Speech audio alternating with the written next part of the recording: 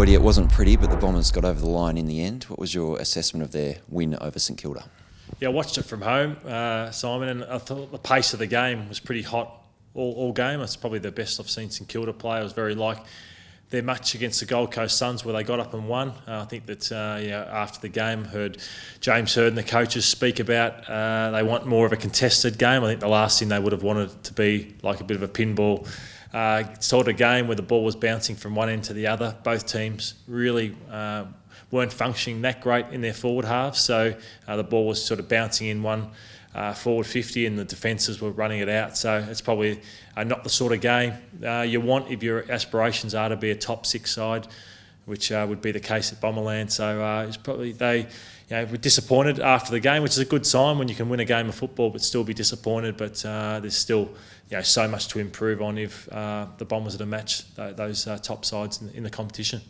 Josh Bruce was pretty good for the Saints, ended up with 5 goals. Hooker started on him, Hurley went to him in the second half. How did you assess that matchup? Oh, well, Bruce is a player that's improving by the week, and you think that Hooker hasn't lowered his colours too many times this year. It's probably the first time he's lowered his colours, but with that lack of probably pressure at times out of the forward line through the midfield, he got a couple of passes laced out, which Hooker couldn't do too much about. So full credit to Bruce, but it's just probably the ability to be able to swing Hurley over.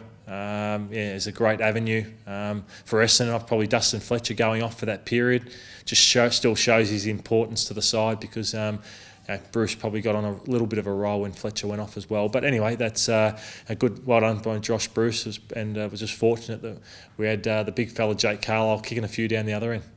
Well, Carlisle stood out, but the Bombers overall probably struggled to generate too many scores. Yeah. Again, it's been a bit of an issue across the first 5 rounds. How can Essendon score more? Yeah, it is a major issue for Essendon. So bottom, I think 4 in the competition for scores. 4, I think last year was the lowest since the 70s, the 1970s, Essendon's overall scoring. So it's been a big issue. If you've got your leading goal kicker kicking 30 goals or in the 30s, which has been the case at Essendon for probably 4 or 5 years, you're not going to go too far. So it's something that has to improve, not only to win games, but to make the finals. I think Carlisle was a great step forward. It wasn't a game where he was clunking marks like you'd probably want to see, but he manufactured some goals.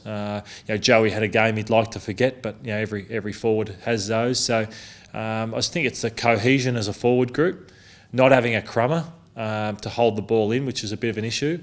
And then the midfield probably making sure they make the right decisions earlier on as well. So there's a fair bit of work to do. All right, well, thanks for your time today, Matty, and we'll preview the game against the Dockers later in the week. Thanks, Simon.